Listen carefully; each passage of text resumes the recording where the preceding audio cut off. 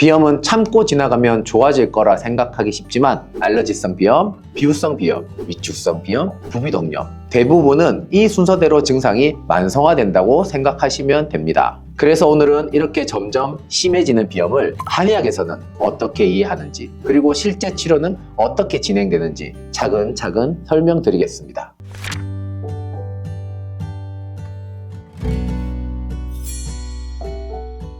안녕하세요. 터한의원 원장 이명기입니다. 오늘은 많은 분들이 계절마다 혹은 사계절 내내 불편을 겪고 계시는 비염에 대해 말씀드려 보겠습니다. 최근 비염 환자분들의 증상을 보면 예전보다 확실히 악화된 양상이 많습니다.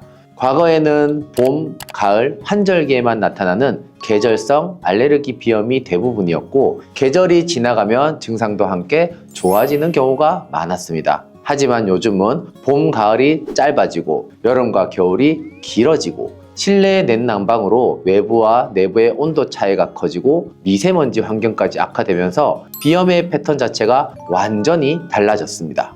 지금은 1년 내내 증상이 지속되거나 만성화되는 경우가 훨씬 많아졌는데요. 그래서 오늘은 이렇게 점점 심해지는 비염을 한의학에서는 어떻게 이해하는지, 그리고 실제 치료는 어떻게 진행되는지 차근차근 설명드리겠습니다.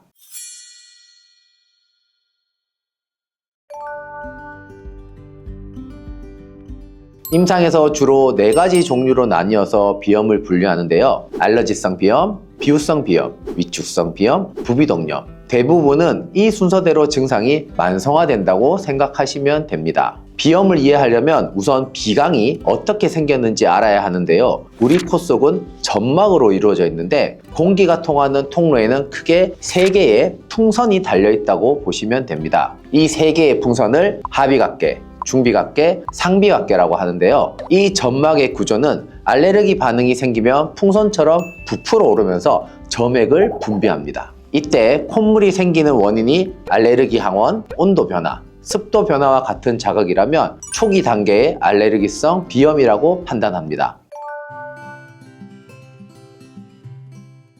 알레르기성 비염은 꽃가루 같은 항원이나 봄, 가을의 일교차로 비강에 과민 반응이 시작되는 질환이죠. 즉, 원인이 되는 꽃가루가 사라지거나 계절이 바뀌어 온습도가 일정해지면 증상이 완화되는 비염입니다. 그럼 알러지성 비염은 어떻게 치료해야 할까요? 과민한 면역 반응을 안정시키거나 비강의 온도와 습도를 잘 유지하는 것이 포인트입니다. 흔히 면역력이 약한 소아 환자들이 많은데, 면역력이 약하다는 것은 면역이 안정되지 않아 과민 반응이 쉽게 나타나는 것을 말합니다. 비강의 염증을 가라앉히는 소염 약제보다는 면역이 좋아질 수 있도록 보약을 복용하는 경우가 많습니다. 또 비강용 한방 스프레이나 한방 용고를 사용하여 비강의 온습도를 유지하는 것이 매우 중요합니다.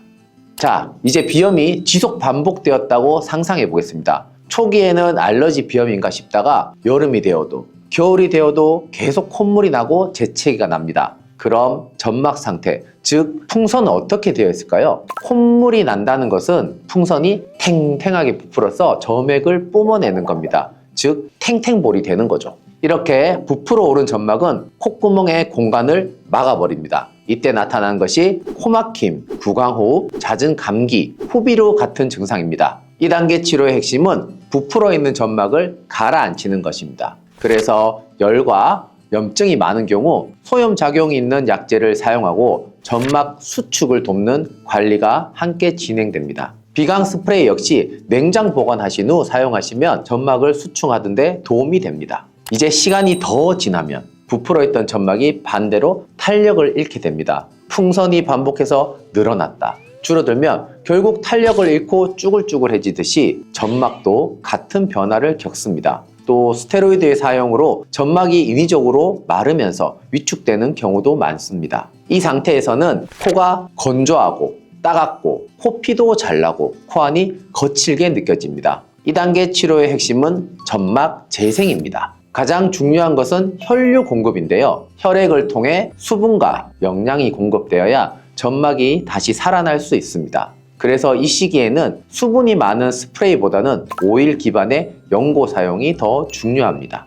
부비동염은 축농증이라는 이름으로 더 익숙합니다. 지금까지 설명한 비강이 공기의 통로를 얘기했다면 부비동은 코 옆 뼛속에 있는 공기 동굴 구조입니다. 이 동굴은 좁은 통로로 코와 연결되어 있는데 이 통로가 막히면 공기순환이 완전히 차단됩니다. 그 결과 산소가 부족한 환경에서 혐기성 세균이 증식하게 되고 농이 쌓이면서 축농증이 발생합니다. 비염이 있다고 해서 모두 부비동염으로 진행되는 것은 아닙니다. 하지만 만성 비염이 오래될수록 통로가 막힐 가능성은 점점 높아집니다. 치료의 핵심은 막힌 통로를 열어주는 것인데요. 따라서 점막의 부종을 줄이고 농을 배출시키는 한약 처방이 이루어지면서 안면의 압력이 높은 경우에는 압력을 낮춰주는 치료도 함께 진행됩니다.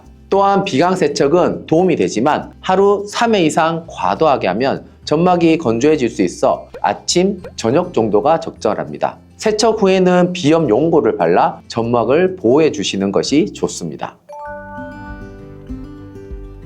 오늘 여러 형태의 비염을 구분해서 설명드렸지만 실제로 한 가지 형태만 나타나는 경우보다 여러 유형이 함께 나타나는 경우가 훨씬 많습니다. 예를 들어 비우성 비염과 부비동염이 동시에 있거나 면역 불균형과 위축성 비염이 같이 나타나는 경우도 많습니다. 그래서 비염 치료에서 가장 중요한 것은 현재의 상태를 정확히 확인하는 것입니다. 비내시경을 통해 점막 상태를 직접 확인하고 그 상태에 맞는 치료 계획을 세우는 것이 가장 중요합니다. 비염은 참고 지나가면 좋아질 거라 생각하기 쉽지만 상태를 방치할수록 만성화되고 치료가 어려워질 수 있습니다. 지금 나타나는 증상이 일시적인 문제인지 관리와 치료가 필요한 상태인지 한 번쯤은 정확하게 점검해 보시길 바랍니다. 오늘 영상이 비염으로 불편을 겪고 계신 분들께 현재의 상태를 이해하는 데 도움이 되었기를 바랍니다. 감사합니다.